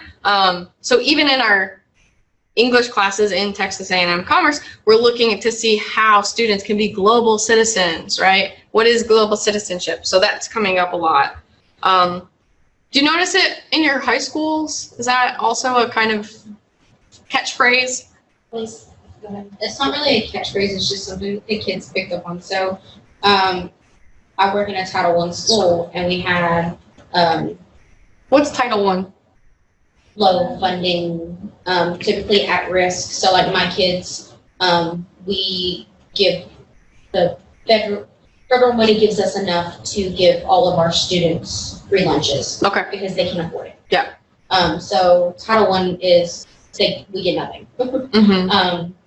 So we have had students move in. We've had a foreign exchange student, and Tuesday. Yeah, is that yesterday? Yeah, yesterday I had a student dropped into one of my English classes that moved Sunday from Mexico. Wow. And when I took her to the library today to get a library book, we had 5 books written in Spanish. And it's something that is now, I'm like, what are our resources? Like, what do we do? How do we help her? How do we meet her halfway? Mm-hmm. And we have nothing. Yeah, so even like the lack of access that comes with globalization, right? Many times schools are not prepared for globalization, or the extent to which they should be, right? I think they're not aware, like they don't understand what global actually means. We had a discussion actually at the beginning of the year, and our district here is saying, they have these certain things that they want our graduates to have, and one of them is to be globally minded. Well, they're like, how can we do that? And they're like, let's take them to visit colleges in Oklahoma. I'm like, that's like global. What's that global? That's a great idea. Yeah. I'm like, yeah. Okay. Absolutely. So I think, and one of the things that I like, and we'll talk about this a little bit, and I actually, when I was naming the course, I used globalized world because that is what we're talking about, but we're really talking about a transnational world. And I'll talk about the intricacies of that, and we'll keep coming up to that. But so global is this idea right here, is this growing interdependence of the world, not only fueled by the economy, environment, communicative technologies, health, politics, immigration, but then this other piece, it was from literacy and composition studies, and it was the introduction. They're talking about transnational, how even in this classroom, we can have transnationalism in here because it doesn't require us to go somewhere else or to bring someone from another place, but they were all kind of transnational in some way. So this says, what does the transnational movement of people, right? Some of you were talking about Jacqueline, I don't think she's in the class anymore, but Jacqueline was talking about moving from Juarez to El Paso, right? Jacqueline, I just referenced you. Moving from Juarez to El Paso, right? That's kind of a transnational movement of people, but it also changes your literacy. You talking about your student, her physical movement, the geographic movement, also changes the transnationalism of literacy. Like, what was literacy for her and what was literacy for her now, right? Or where is it going? I had a student write about a moment where he moved very suddenly from a South American country, and he doesn't remember learning how to read or write, but he remembers the first moment of being in a grocery store and seeing an Oreo package, not being able to read it, but knowing he wanted that cookie because he recognized that it was an Oreo, but he couldn't read the English on it, right? But in that moment, that literacy crossed borders with them, and it was that idea of that visual, like, wait, this is something familiar to me. I recognize the blue and the white packaging. I want it. And so even thinking about how literacy goes across those spaces. One of the questions Laura, Mary Leonard, Vieira, and Young pose is, what does literacy mean for the transnational movement of people? So I like how they're reversing those ideas. Like, what does it mean when we cross borders? But then also, what does literacy do for us to cross borders? One of the things that will come up in Tam Marco's piece is talking about that, like, how does literacy impact whether or not we can physically cross borders, whether or not we can get visa applications or natural citizenship papers and things like that. And so I think it comes back to what we were talking a little bit about, like the bureaucratic structures of language, like the forms we have to fill out, right? I won't read this whole thing, but I like what they're saying here, as writing can facilitate transnational communication and network migration via the postal service and the internet. Writing is a key tool in migration policy, as nation states use immigration documents such as visas and passports to allow some migrants in and keep others out. Writing does not, of course, act autonomously in transnational realms. People leverage writing. People leverage their writing and educational credentials to move across national borders and negotiate the emotional and cultural complexity of such movement, right? So I think that's really important, is realizing that literacy itself isn't good or bad, or in the same way Missy Watson talks about language, right? Spanish isn't good or bad or inferior or superior. It's just a language. But the way people wield that and the way people use power about language is what we're interested in this class, okay? So it's the context in which it's used and the power that's wielded for that use. And ultimately, who's oppressed by that or kind of privileged by those moments. Defining transnational, so what is it? And this comes from, sorry, I didn't put the quotation, but I think this comes from Vieira again and Laura Leonard. We understand transnational to be an optic or an analytic that traces how individuals build social fields across real or perceived borders to accommodate and resist difficult circumstances with sustained activities over time and space. Okay, and here I like what they're saying is that transnational or transnationalism examines how border connections, kinwork, affective ties, or long-distance nationalism occurs among spaces and inclusive of the U.S. So this goes back to what people were saying about tools being relationships or experiences or how we feel or confidence. Think about transnationalism in that way, that transnationalism is also about our relationships with people. Affective ties is like how we're connected, what connections we have, and how that impacts transnational border crossing or what it means to be transnational. Transnational writing, so this is another part of Laura Leonard.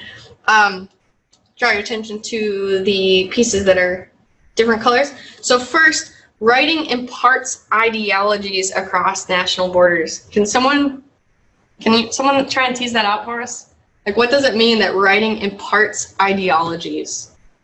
Can you think of how that's used or an example of that? I guess. Is it like the spread, an idea, I mean, to go with the easy one, like the spread of the Bible once it was printed across countries that didn't have maybe a Christian Bible? Yeah, absolutely. So an ideology of, like, in that way, a belief, how it moves across borders based really because of the printing press, right? Allows literacy to move across borders. So in that sense, like, that's the religious ideology, right? What else? I was actually just researching transnational motherhood for Nicole's book. Some mothers relocate transnationally while their dependent children stay home and go to school in other countries and get that education that they wouldn't be able to get in their home country. What about the opposite effect, like you move into a country and you're not able to write, so they're pressing your ideology on you? Yeah, absolutely. So, in the example where you were talking about the woman who couldn't read that paper, right? What could have happened, what you hear stories about every single day, and we probably, some of us maybe even experience it, but if someone said like, well, why don't you know how to read this, right? Or if they were speaking another language and if someone said, well, why don't you know English, right? In that idea, that ideology is somehow not knowing English means you're inferior in some way, right? And so in that way, the ideology is very negative, right? A couple of the pieces that you'll read, I think in 2 weeks, one of them will be Jay Dolmage, Disabled Upon Arrival, and another one is Vincent Portillo's Assembly Line Americans. Both of those are about how in the early 1900s, immigrants to America were subject to snapshot diagnosis. And it was really like someone would look at you, take a picture, and determine whether you were smart, intelligent, good, bad, disabled, anything, just by looking at you. And then what happened is, like, if you couldn't read or write your name in English, sometimes people just make up a name, or that's how many people, probably including my own, their name got a little bit more Americanized, was because of that maybe lack of English literacy skills, but how writing, well, when you were immigrating to Ellis Island, that idea of how your name was changed because you couldn't maybe communicate with the person who was asking you, like, what's your name? Can you write it down? And how that got changed. Doesn't mean it was good. A lot of times it created really kind of negative forms of like who was permitted to be American citizens, which you'll read in the papers, but that kind of impacts the ideologies about language that we see today, and it still is happening. And Dr. Stewart has written this one book about families. I believe it was the Chinese American. I'm holding that over his class. And instead of allowing them to use their last name and then move them into, I think they gave them a number. So they replaced their entire name with a number. They were no longer their last name, surname family. They were now family number 5, 6, whatever. Yeah, absolutely. This is, I mean, it still happens today, like these negative ideologies. So second, writing moves among languages and social worlds. And then third, writing mediates state policies, standardized curricula, and neoliberal exigencies. We're going to come back to that statement. So I want you to think about it, especially for the next 2 weeks. We're going to come back to, like, neoliberalism is going to come up a bit, and James Paul G talked about it a little. I want to show you a short video. I think this is a good example for thinking about who benefits from standardization, and then who standardization, whether it's of language, or even standardizing like what we look like or what we're expected to look like, who that erases or marginalizes or diminishes. Missy Watson says in her piece, all dialects, and I'm really proud of Missy because I went to school with her and I adore her. She's really fantastic, so it's cool to read her piece. But Missy says, all dialects are linguistically equal and capable of meeting communicative needs. Languages and dialects spoken by individuals are multiple, intermingling, and thus always changing. Despite our instinct to preserve, homogenize, and standardize just one variety, no single variety is actually superior. We don't actually need a single homogeneous variety of language in order to communicate effectively. And if we wanted to, and we shouldn't, we can't actually stop languages, including standardized English, from changing. So I think some of you might have seen this video. I'm hoping it works. But I think this gets to this idea of standardization and what that means, as well as who it. Sorry. Today, a baffled lady observed the show where my soul dwells and announced that I'm articulate. Which means that when it comes to enunciation and diction, I don't even think of it because I'm articulate. So when my professor asks a question and my answer is tainted with the connotation of urbanized suggestion, there's no misdirected intention. Pay attention because I'm articulate. So when my father asks, what kind of thing is this? My articulate answer never goes amiss. I say, Father, this is the impending problem at hand, and when I'm on the block, I switch it up just because I can. So when my boy says, what's good with you, son? I say, I just fall out with them people, but I done. And sometimes in class, I might pause the intellectual sound and flow to ask, yo, why these books never be about my peoples? Yes, I have decided to treat all three of my languages as equal because I'm articulate. But who controls articulation? Because the English language is a multifaceted oration subject to indefinite transformation. Now you may think that it is ignorant to speak broken English, but I'm here to tell you that even articulate Americans sound foolish to the British. So when my professor comes on the block and says hello, I stop him and say, no, you're being inarticulate. The proper way is to say what's good. Now, you may think that's too hood. That's not cool. But I'm here to tell you that even our language has rules. So when mommy mocks me and says, y'all be mad going to the store, I say, mommy, no, that sentence is not following the law. Never does the word mad go before a present participle. That's simply the principle of this English.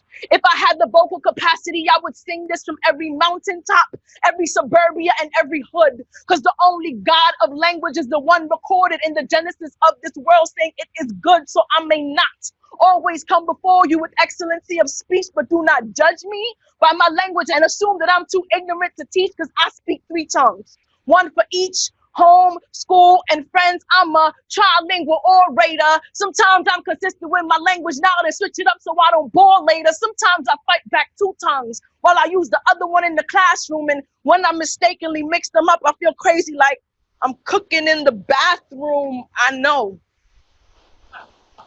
that I had to borrow your language because mine was stolen. But you can't expect me to speak your history wholly while mine is broken. These words are spoken by someone who is simply fed up with the Eurocentric ideals of this season. And the reason I speak a composite version of your language is because mine was raped away along with my history. I speak broken English so the profuse and gashes can remind us that our current state is not a mystery. I'm so tired of the negative images that are driving my people mad. So unless you've seen it rob a bank, stop calling my hair bad. I'm so sick of this nonsensical racial disparity. So don't call it good unless your hair is known for donating to charity as much as has been raped away from our people. How can you expect me to treat their imprint on your language as anything less than equal? Let there be no confusion. Let there be no hesitation. This is not a promotion of ignorance. This is a linguistic celebration. That's why I put trilingual on my last job application. I can help to diversify your consumer market is all I wanted them to know. When they call me for the interview, I'll be more than happy to show it. I can say what's good, what's agwan, and of course, hello. Because I'm articulate. Thank you.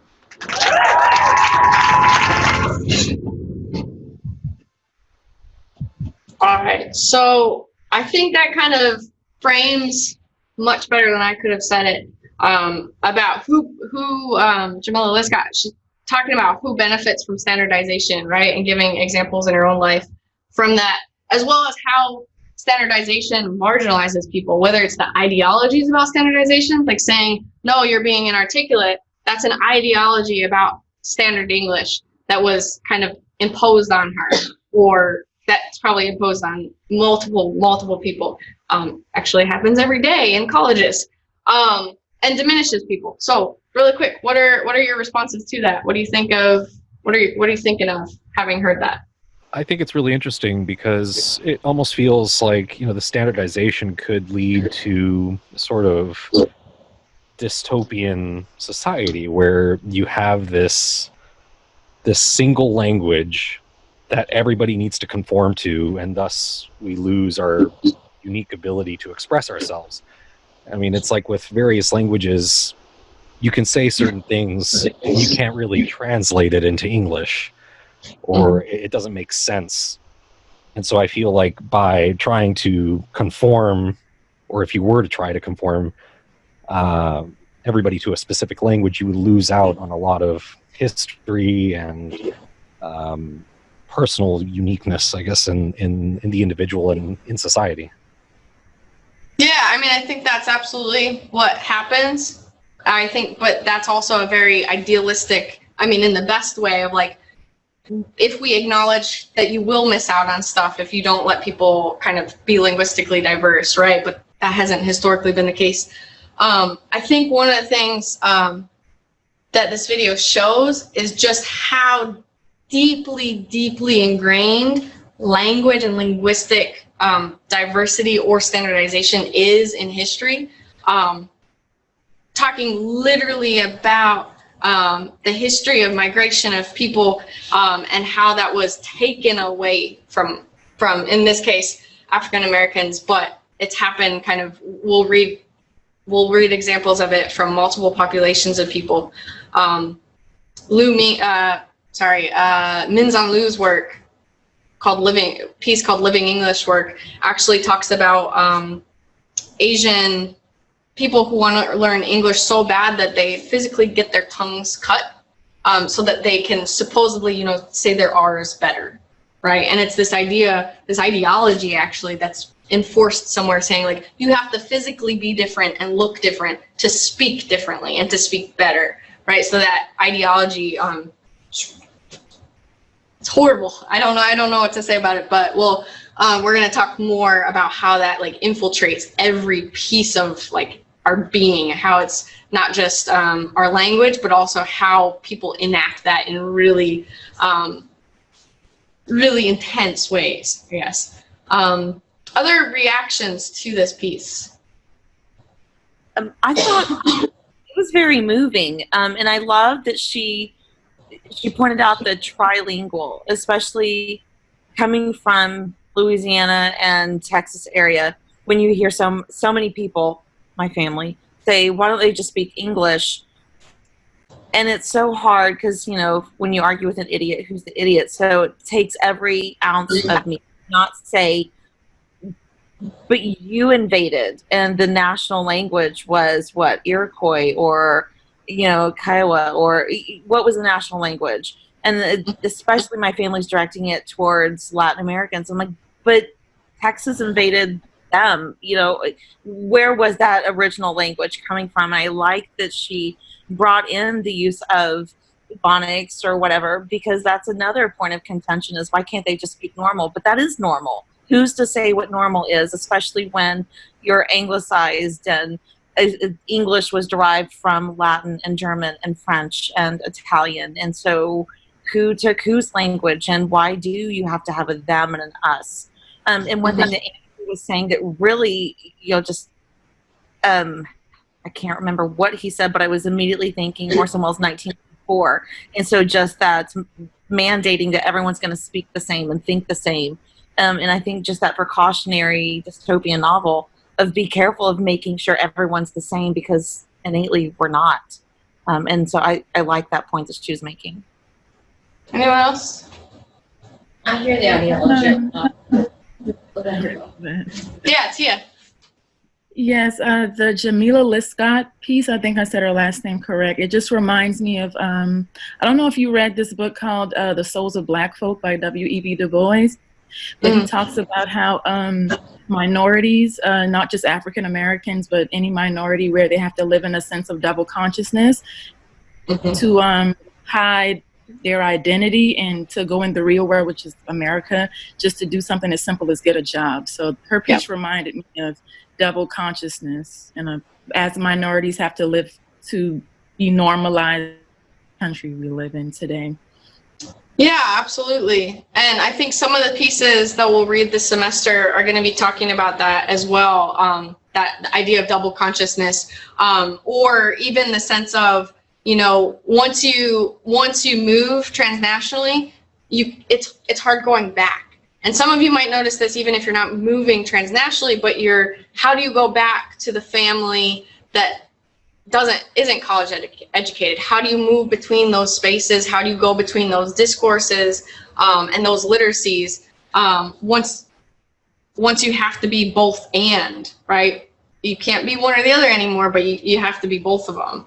And thinking about that space, someone we read, I can't remember who it is, talks about how not being Mexican enough in Mexico, but not being American enough in America, right? And so this idea of like not speaking Spanish well enough, but also speaking English with an accent. Like, who are you then, and how are you viewed by others? It gets really like pitted up against you as a negative, where no, that person's bilingual. If anything, they have more literacy than many people, but that bilingualism often gets looked as inferior in some way. So I'm going to wrap up with just kind of, as I said, I wanted to end class a little early today because there's so much information. And like I said, this is the most class that I'll be talking at you. I don't expect to do this every week. We're going to have a lot of discussion. So please come prepared to talk a lot to each other. These are some discussion questions, particularly for the students who aren't able to talk to us, to kind of answer. I would like you all, the online students, to actually post an answer to these, but I want everyone, whether you Zoom in or not, to think about these, because I'm going to ask some questions in my online discussion next week that will kind of emerge from these, okay? And then the last thing I want to do is just give you a really quick example, and I want you to be thinking of this because I'll kind of ask you to do this throughout the class, but think about examples, right? So this was hard-hitting, in-your-face, like academic discussion of transnationalism and globalization, but I want us to think about, and you guys gave great examples like in your own lives, but I want us to think about how globalization and transnationalism and literacy are impacted in the everyday world, right? Because we all live in this world. We're not different when we come into the classroom. It's just another piece of our lives. So my example is I love sports. I love baseball. And one of the really unique things about baseball is specifically in, I want to say, the past 20 years, baseball has become a hugely Latin American sport. And what happened last year, I believe, my favorite baseball player, Adrian Gonzalez, he said, like, let's pon acento, let's put the accent on it. My name represents who I am, but if I can't have an accent on my name, like what is that saying about me? And so he created this campaign for baseball players to literally get accents on their jersey to represent their background. La familia y la fe definen nuestras vidas. Y el béisbol llena nuestros sueños. Mi padre me enseñó este juego. Y mi hermana me inspiró a conquistarlo.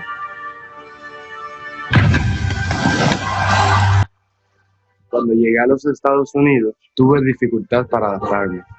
Pero mientras desarrollaba mis habilidades, yo definía mi estilo. Honraba a mi familia. Le daba homenaje a mi casa. Yo encontré mi voz en medio de la magia del juego. Así fue que aprendí a jugar. Y así soy yo. They call me el mago. The magician. Call me what you want. I just want to play. So that's Javi Baez. This video emerged after the Pon Acento campaign, which I played them out of order. But Adrian Gonzalez, he does this campaign about putting an accent on it. And now they're creating actually multilingual ads like you just saw in baseball. You see the accent on Javi Baez's jersey. And it didn't show it there, but I'll show it in this video. Hispanic Heritage Month, baseball, the logo on the side even has an accent on it, like when you watch the Major League Baseball Network. I'm not saying that's a fix to anything, but it's a first recognition of how kind of predominantly anglicized and standardized baseball has been. And so this is kind of one example of how that's been shaped. Hispanics in the U.S. lose part of their identity. They lose the accent mark on their name. Nowhere is this more evident than in Major League Baseball, where almost 27% of players are Hispanic. So in 2016, MLB set out to do something about it by speaking to a new generation of Hispanic fans and highlighting the role of Latinos in America's pastime. The idea?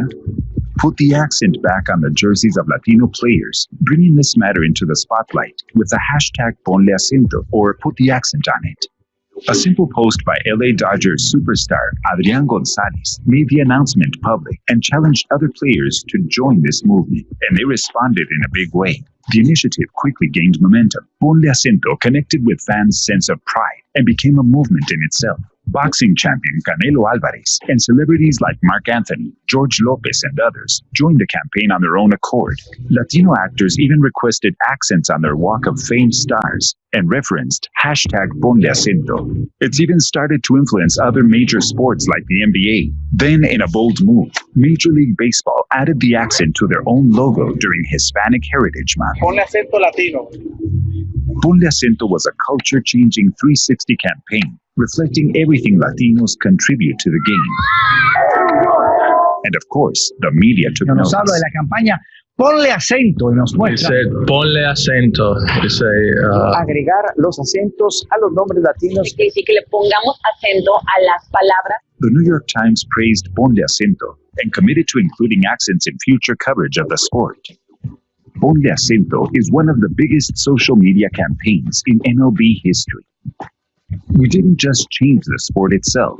We left a mark in America's pastime for generations to come.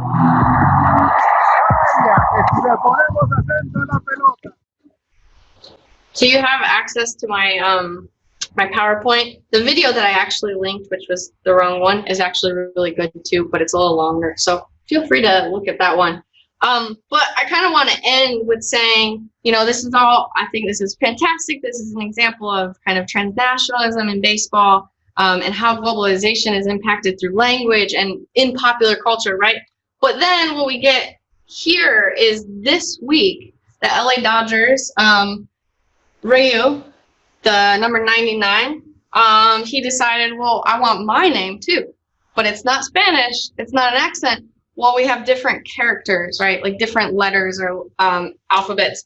So while this debate kind of poses a question for like how to be inclusive of Latinos, it doesn't stop the discussion, right? There's still like, well, there's other players too. How do we be even further inclusive about that? And so this is one example of a player being able to represent his heritage and his nationality on the back of his jersey.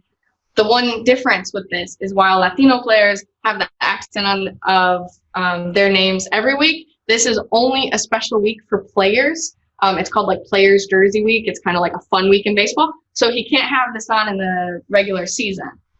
So even with that, like how there's a lot of moves forward, one of the things our class is going to talk about is like what are the limitations to some of these movements, or like how do you actually and realistically go about systemic change, right? Like does having Latino Heritage Month, or does putting an accent on Latino players' jerseys, does that change ideologies about language? I don't know. Does it change ideologies about other languages that are not Spanish? I don't know. Those are kind of questions that we're going to be moving forward into next week. Okay. For next week, everyone should sign up for an article presentation. I want you all to post. We won't be having class in person. I'll be at a conference. So I want everyone to post a discussion or post a response in the discussion forum. And then online students complete the 2 assignments already, which is the introduction and then discussion question, just kind of an overview of those. Okay. Does anyone have questions? That's a lot of information for day one. I'm sorry. Yes. No, you're fine. Online, you mean not Zooming also, right? Correct. Okay. Yeah. So just to make sure that if you're not Zooming in, I'm talking to you people tomorrow. If you're not Zooming in, that that I know that you're interacting with the readings. Therefore, I'll have you, those students do kind of some activity that shows they're interacting with the readings. So in this case, the online only class, everyone posts. Yes. But since we're here, the show and tell doesn't. Next week it's online for everyone. And by online, I mean not Zooming. Like, it'll just be text. Okay, because I won't physically be in the United States. Cool. It was really great to meet you all, and I'm genuinely excited about this class. I hope that you kind of ask questions. And if something, please, please, please, I say this now. If something's not going well for you, or if you're worried about something or confused about something, just ask. Okay, don't wait 8 weeks to go by and like, I didn't understand what you said about translingualism and we moved on from it, so I didn't want to ask. Just ask. Cool. It's really nice to meet you all. Bye, online people. Bye. Thank you.